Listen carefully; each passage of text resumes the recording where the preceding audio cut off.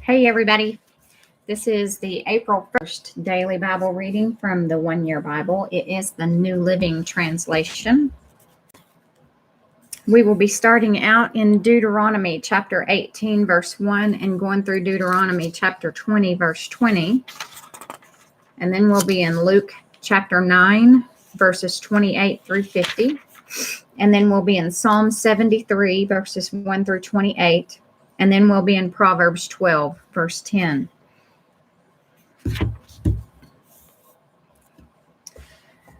So Deuteronomy 18, verse 1. Remember that the Levitical priest, that is, the whole tribe of Levi, will receive no allotment of land among the other tribes in Israel. Instead, the priest and Levites will eat from the special gifts given to the Lord, for that is their share. They will have no land of their own among the Israelites. The Lord himself is their special possession, just as he promised them.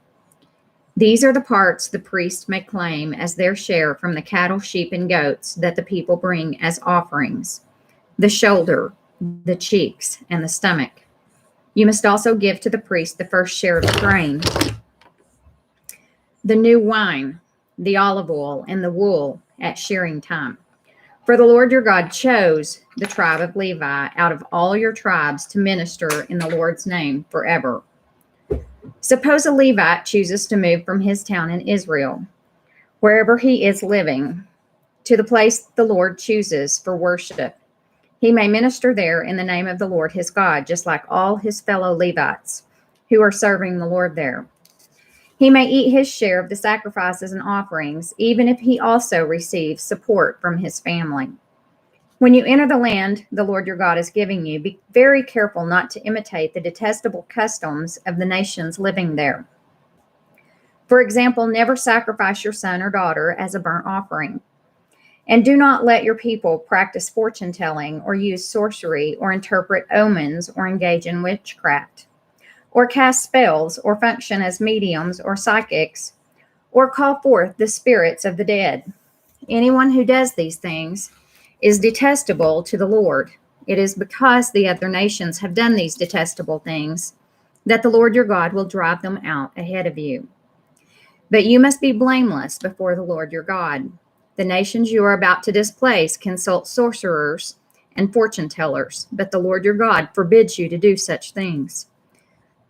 Moses continued, the Lord your God will raise up for you a prophet like me from among your fellow Israelites. You must listen to him, for this is what you yourselves requested of the Lord your God when you were assembled at Mount Sinai. You said, don't let us hear the voice of the Lord our God anymore or see this blazing fire, for we will die. Then the Lord said to me, what they have said is right.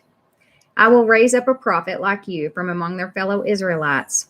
I will put my words in his mouth, and he will tell the people everything I command him. I will personally deal with anyone who will not listen to the messages the prophet proclaims on my behalf. But any prophet who falsely claims to speak in my name or who speaks in the name of another god must die. But you may wonder, how will we know whether or not a prophecy is from the Lord? If the prophet speaks in the Lord's name, but his prediction does not happen or come true, you will know that the Lord did not give that message. That prophet has spoken without my authority and need not be feared. Chapter 19, verse 1.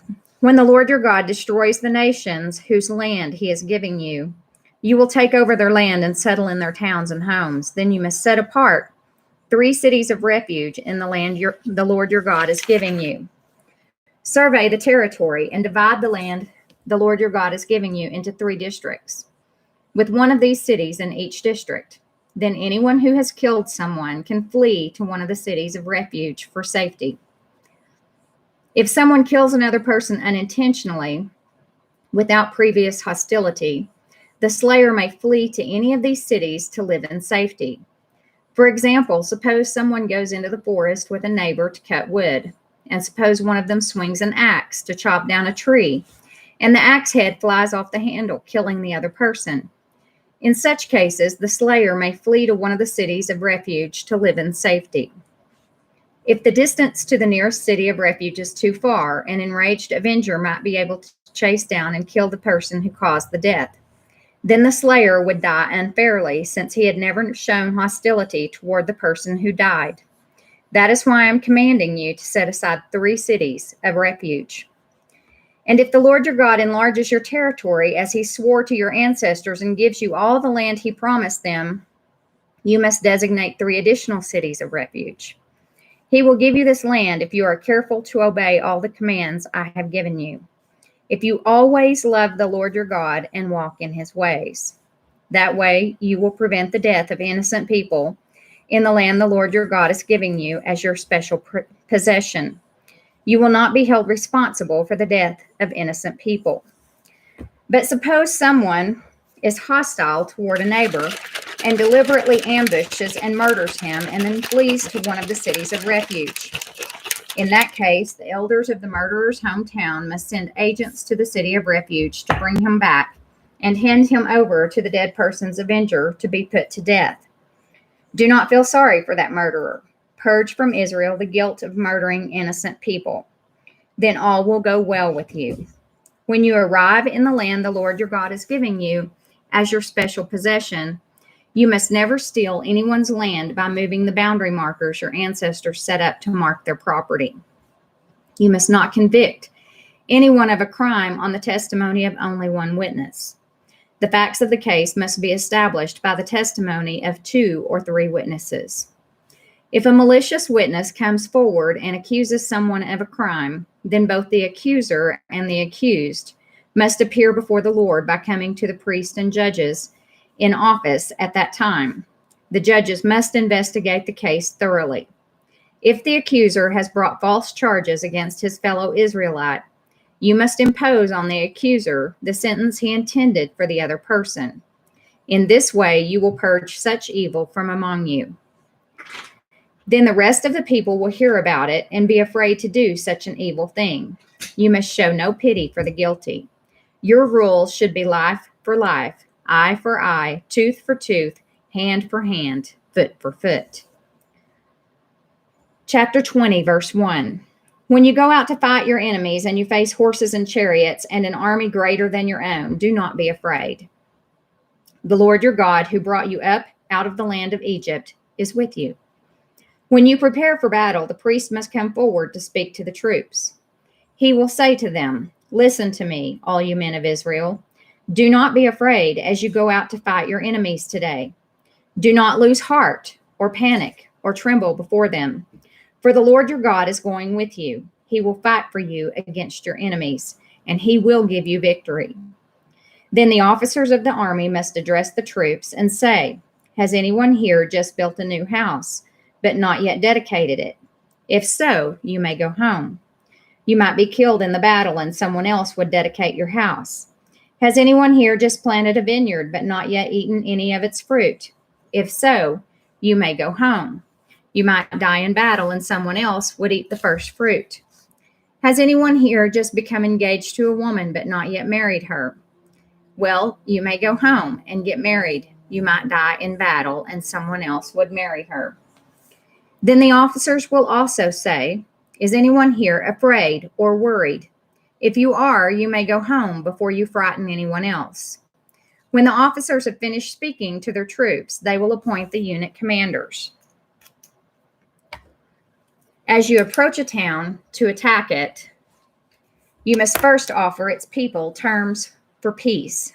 If they accept your terms,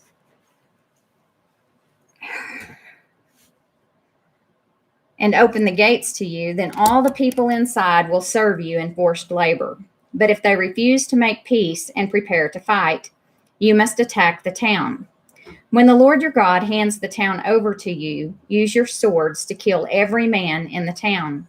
But you may keep for yourselves all the women, children, livestock, and other plunder. You may enjoy the plunder from your enemies that the Lord your God has given you. But these instructions apply only to distant towns, not to the towns of the nations in the land you will enter. If those towns that the Lord your God is giving you as a special possession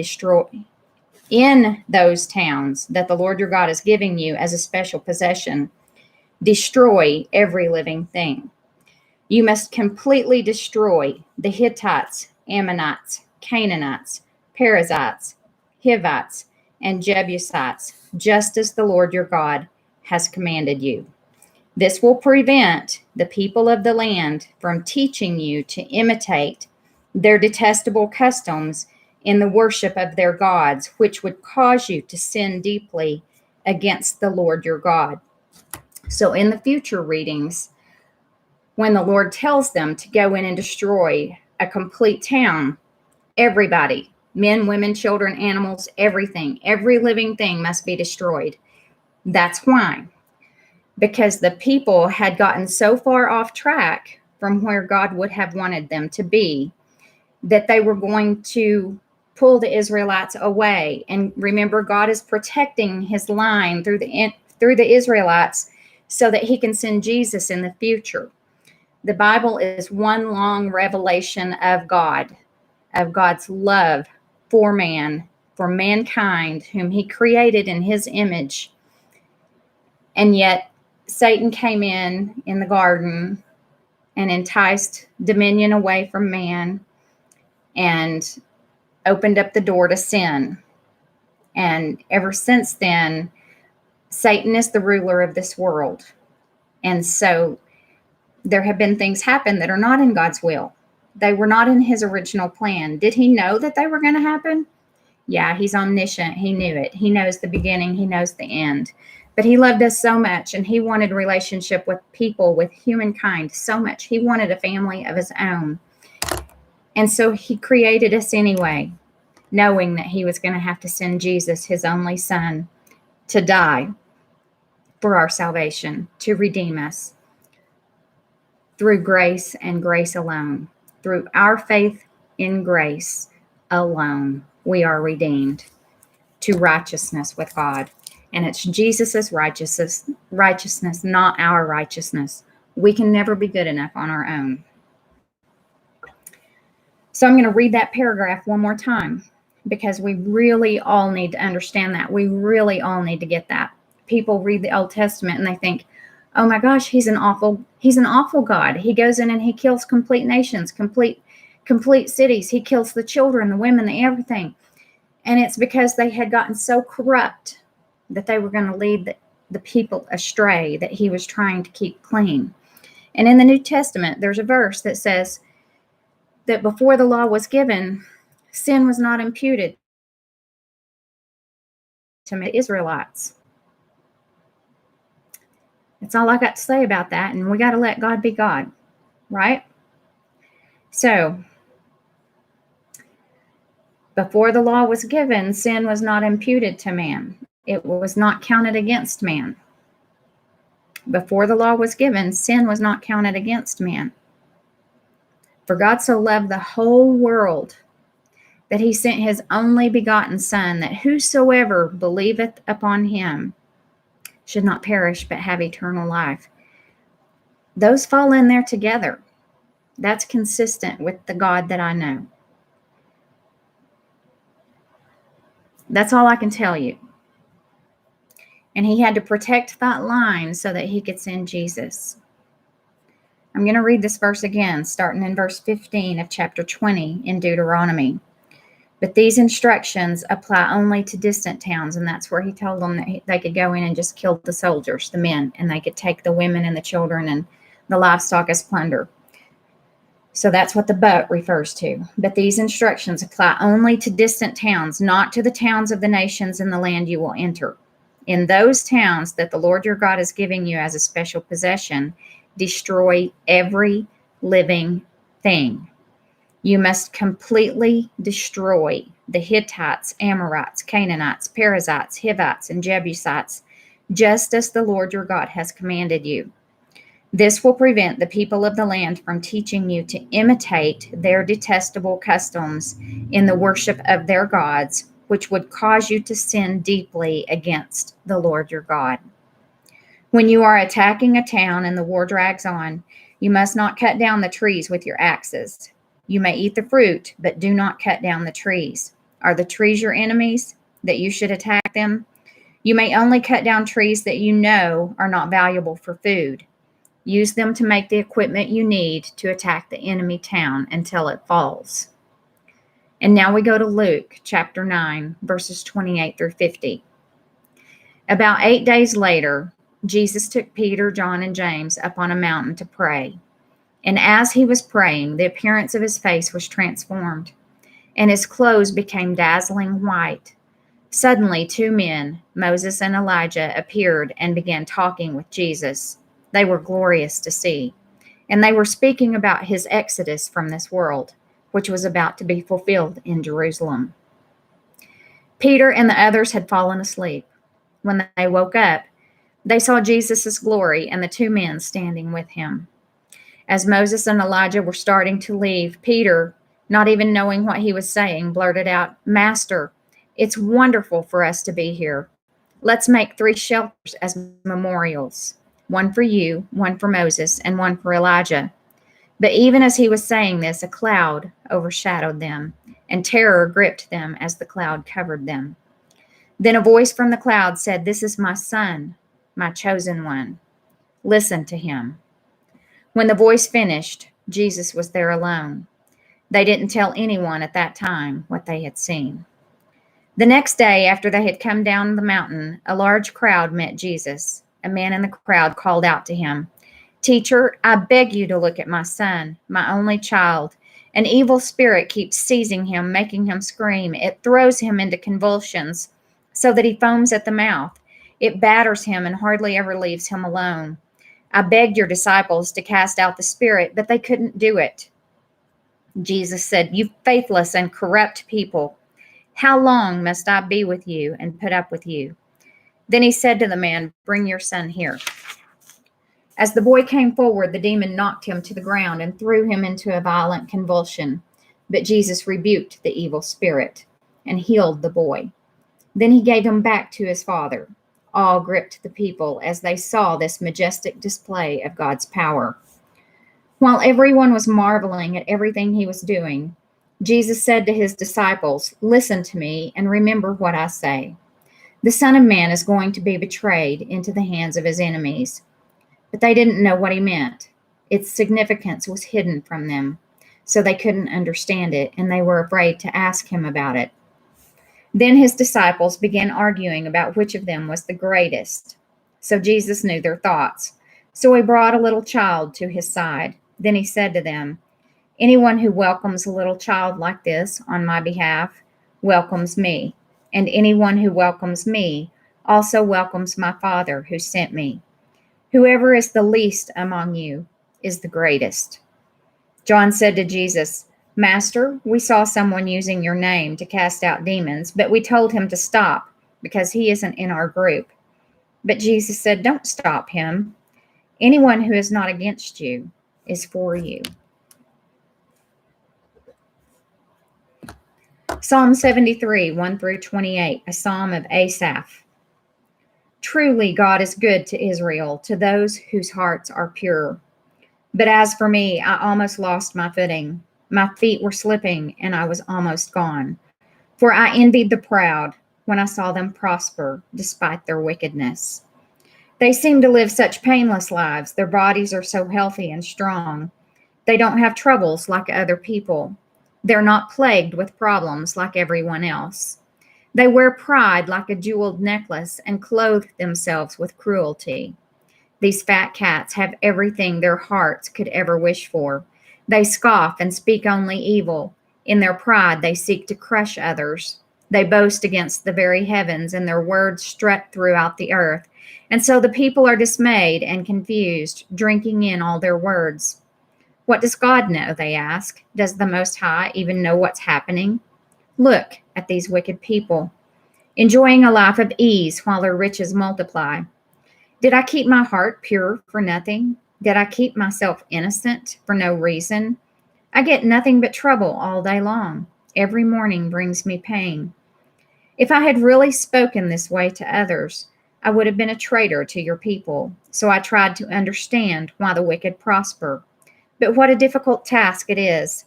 Then I went into your sanctuary, O God, and I finally understood the destiny of the wicked. Truly, you put them on a slippery path. and send them sliding over the cliff to destruction. In an instant, they are destroyed, completely swept away by terrors. When you arise, O Lord, you will laugh at their silly ideas, as a person laughs at dreams in the morning. Then I realized that my heart was bitter, and I was all torn up inside. I was so foolish and ignorant. I must have seemed like a senseless animal to you. Yet I still belong to you. You hold my right hand. You guide me with your counsel, leading me to a glorious destiny. Whom have I in heaven but you? I desire you more than anything on earth. My health may fail and my spirit may grow weak, but God remains the strength of my heart. He is mine forever. Those who desert him will perish, for you destroy those who abandon you. But as for me, how good it is to be near God.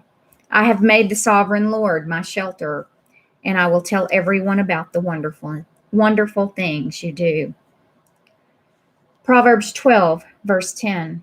The godly care for their animals, but the wicked are always cruel. And that concludes the April 1st daily Bible reading. And I will see you tomorrow. Thanks for joining in.